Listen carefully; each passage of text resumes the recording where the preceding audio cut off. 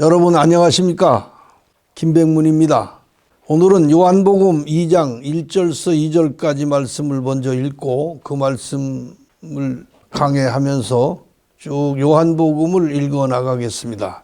2장 1절서 2절까지입니다.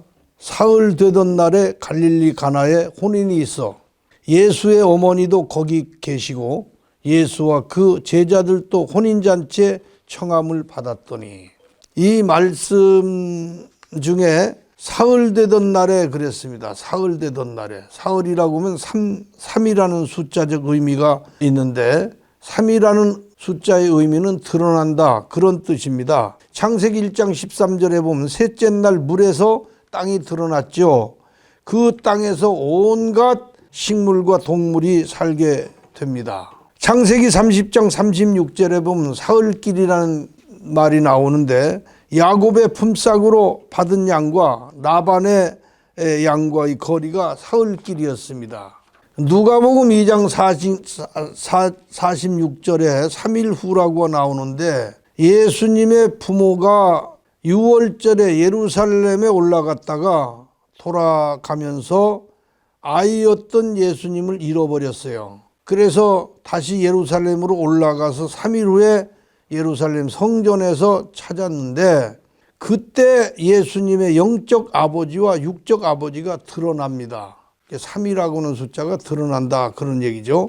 계시록 8장 7절서 12절 말씀에 보면은 3분의 1이라는 말이 나옵니다. 3분의 1이란 말이 12번 반복되는데 1을 3으로 나누면 끝이 나지 않습니다. 3분의 1은 드러나고 계속 드러난다는 뜻입니다. 누가복음 24장 46절에는 사흘 되던 날 예수님이 부활하셨어요. 그래서 과연 예수님이 하나님의 아들이셨음이 드러난 것입니다.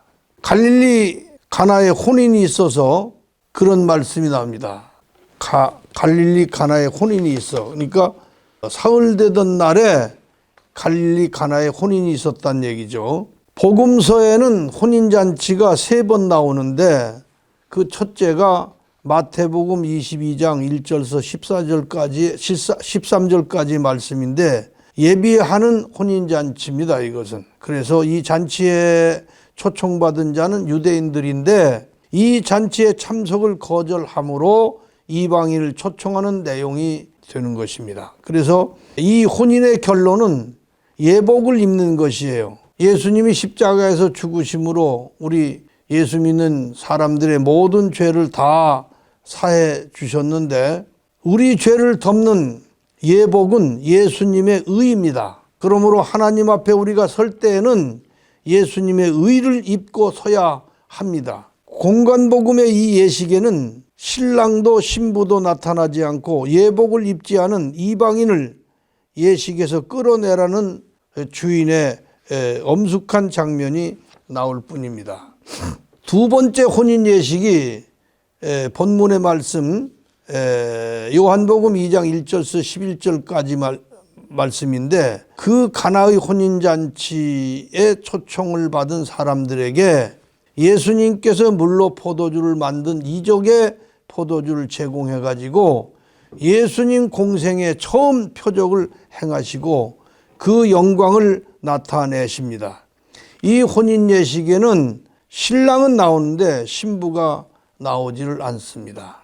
계시록 19장 7절서 9절까지의 말씀은 어린 양의 혼인잔치가 나오는데 신부가 예비된 혼인잔치로 신랑 신부가 다 나옵니다. 이 복음서에 기록된 이 세 번째 요한계시록 혼인잔치는 참으로 클라이막스죠. 신랑 신부가 다 나오고 그 신부의 모습이 하나님께로부터 하늘에서 내려오는 그렇게 아름다운 모습이라고 기록되었습니다. 본문 말씀을 계속 하자면은 예수님 어머니도 거기 계시고, 그러니까 사흘 되던 날에 갈릴리 가나의 혼인잔치가 있었는데 그곳에 예수님 어머니도 거기 계시고 예수님과 그 제자들도 거기 계셨다, 그런 얘기입니다.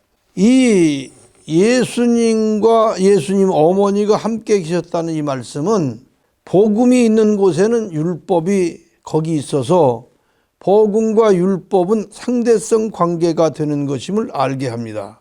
율법은 복음을 낳은 어머니가 됩니다. 율법은 복음을 증대시키는 능력입니다. 그래서 율법은 우리를 복음으로 인도하는 능력의 선생님이라, 몽학선생이다, 그렇게 성경은 기록했습니다.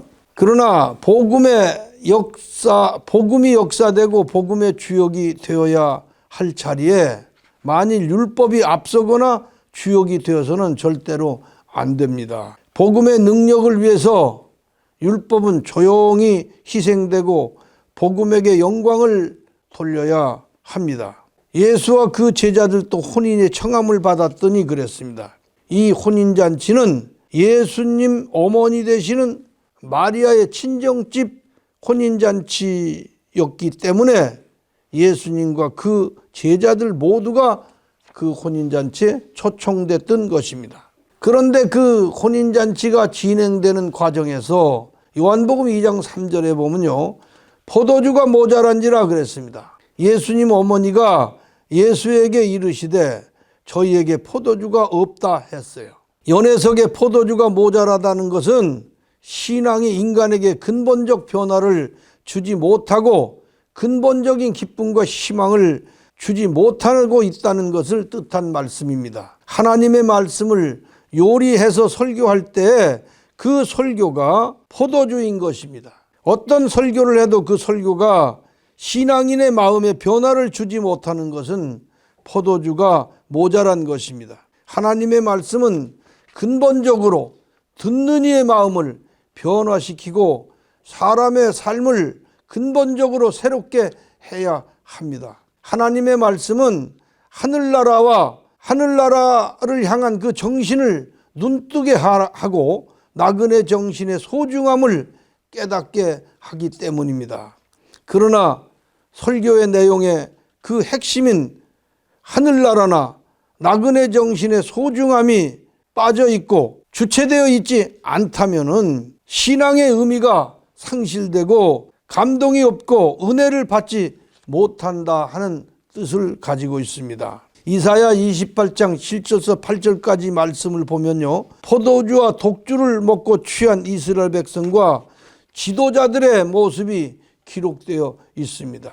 제사장도 선지자도 포도주와 독주를 먹고 취해가지고 비틀거리며 엿걸음치며 이상을 그르풀며 재판할 때 실수하고 모든 상에는 토한 것 더러운 것이 가득하고 깨끗한 것이 하나도 없도다 하였습니다. 여러분, 오늘 신앙인의 모습이 이 유대인들의 신앙, 이 유대인 지도자들의 신앙과 같지 않은가 한번 생각해 봅니다. 오늘날 목사도 장로도 포도주와 독주에 취한 듯이 비틀거리고 엿걸음치는 모습이 당시 이스라엘 지도자들과 같은 모습이라 할 수가 있습니다.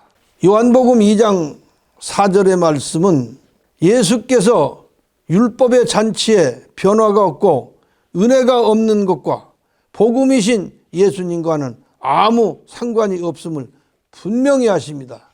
여자여, 그 포도주 모자란 것이 나와 무슨 상관이 있나이까? 이렇게 말씀하셨기 때문입니다. 그러나 예수님의 어머니 마리아는 요한복음 2장 5절에 보면 하인들에게 이르되 너희에게 무슨 말씀을 하시든지 그대로 하라 하니라. 예수님의 말씀이 무슨 말씀이든 그대로 순종하면 반드시 표적과 기적이 나타나 비록 율법 잔치임에도 불구하고 예수님의 말씀대로만 하면 변화가 오고 은혜가 되는 것을 마리아는 알고 있었던 것입니다.